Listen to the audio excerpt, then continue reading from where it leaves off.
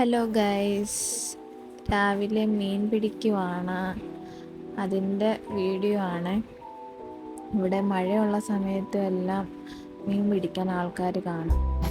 അപ്പോൾ hello guys, വീട്ടിലെത്തി. വീട്ടിൽ അമ്മയെ കാണുന്നതിൻ്റെ കൂട്ടത്തിൽ അമ്പലത്തിലും കൂടെ പോകണമെന്ന് തോന്നി. അപ്പം നല്ല മഴയാണ്. ഞാൻ അമ്പലത്തിൽ പോയിക്കൊണ്ടിരിക്കുകയാണ്. അപ്പം അതിൻ്റെ ഇടയ്ക്കൂടെ അവിടെ മീൻ പിടിക്കുന്ന കൂടെ കണ്ടു. അതാണ് ഞാൻ വീഡിയോ എടുത്തത്. ഏത് മീനാണെന്ന് എനിക്കറിയില്ല. നല്ല മഴയുണ്ട് ഗൈസ്, റോഡിലൊന്നും ആരുമില്ല. ഞാൻ അമ്പലത്തിൽ പോകണം എന്നൊരു മൈൻഡിലാണ് വന്നത്. കാരണം നമുക്ക് സർവൈവ് ചെയ്യാൻ സ്ട്രെങ്ത് തരുന്നതും ഒരു ഭക്തിമാർഗമാണ്. ഞാൻ വിട്ടോബ അമ്പലത്തിലാണ് പോകുന്നത്. അതിൽ വിട്ടോബ അമ്പലത്തിലെ വിട്ടോബ എന്ന് പറയുന്ന ആൾ കൃഷ്ണനാണ്. പുണ്ടലിക് എന്നൊരു ഭക്തനുണ്ടായിരുന്നു. പുള്ളി കൃഷ്ണൻ്റെ ഭക്തനായിരുന്നു.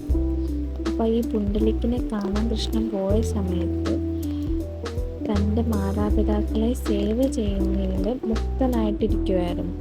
അപ്പോൾ കൃഷ്ണനോട് പറഞ്ഞു അവിടെ ഇഷ്ടികപ്പുറത്ത് വെയിറ്റ് ചെയ്യാൻ പറഞ്ഞു. കാരണം ചെളി പിടിക്കരുത്, കാലിന് ചെളി പിടിക്കാതിരിക്കാൻ വേണ്ടിയിട്ട്. അങ്ങനെ അവിടെ പോയി വെയിറ്റ് ചെയ്ത് ഇരുന്നതാണ് പിന്നെ വിട്ടള ഭഗവാനായി മാറിയെന്നാണ് പറയപ്പെടുന്നത്.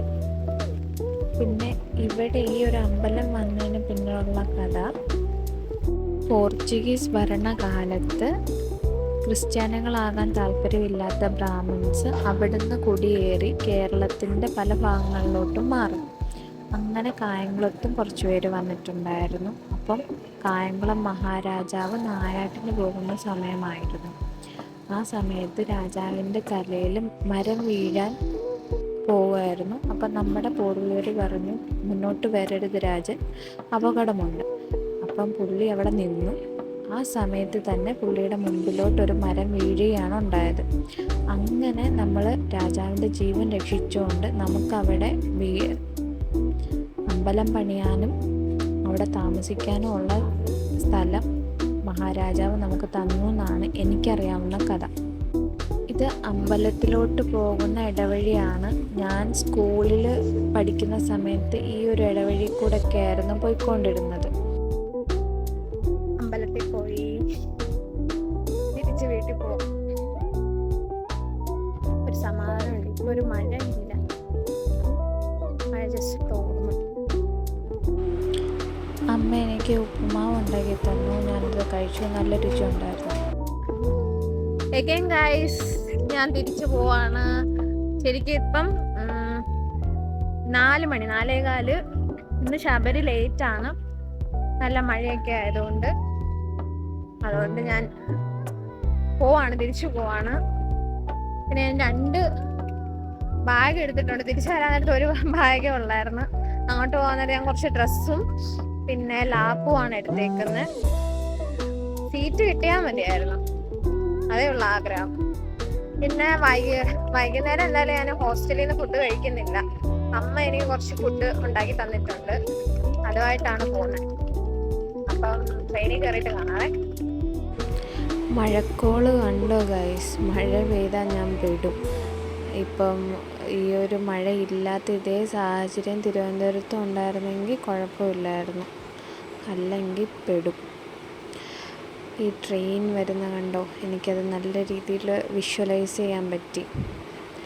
ശരിക്കും നമ്മുടെ എല്ലാവരുടെയും ലൈഫ് ഈ ഒരു ട്രെയിൻ പോലാണ്. നമ്മൾ എവിടേക്കോ പോകുന്നു. ആ പോകുന്ന വഴിയിൽ നമുക്കറിയാത്ത കുറേ ആൾക്കാർ ഓരോരോ സ്റ്റേഷനിൽ നിന്ന് കയറുന്നു. അവരുടെ സ്റ്റേഷനാകുമ്പം അവരിറങ്ങി പോകുന്നു. ചിലപ്പം അവർക്ക് നമ്മളോട് എന്തെങ്കിലും ഒരു ഇഷ്ടം കാണുമായിരിക്കും. നമുക്ക് അവരുടെ കൂടെ കുറച്ച് സമയം സ്പെൻഡ് ചെയ്യാൻ പറ്റുമായിരിക്കും. ആ ഒരു ജേർണിയുടെ എൻഡിങ്ങിൽ നമ്മൾ മാത്രമേ കാണൂ.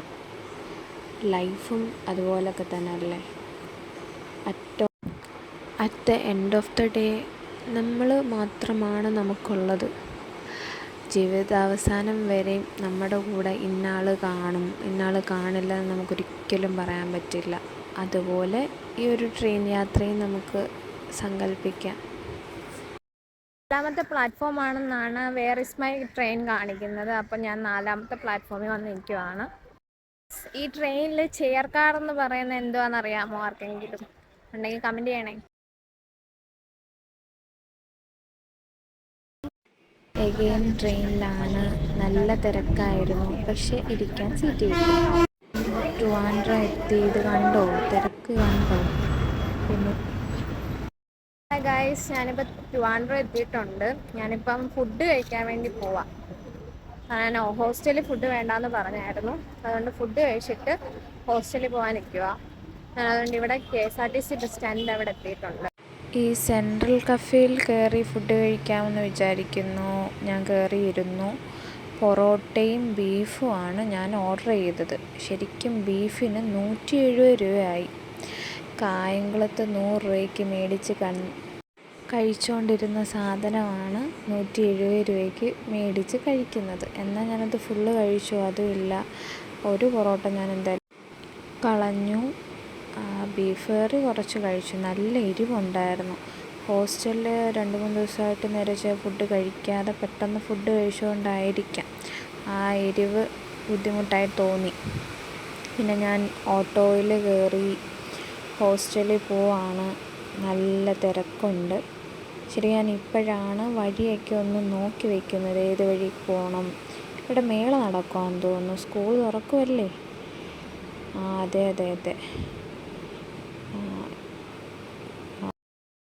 ഗൈസ്, ഞാൻ ഹോസ്റ്റലെത്തി.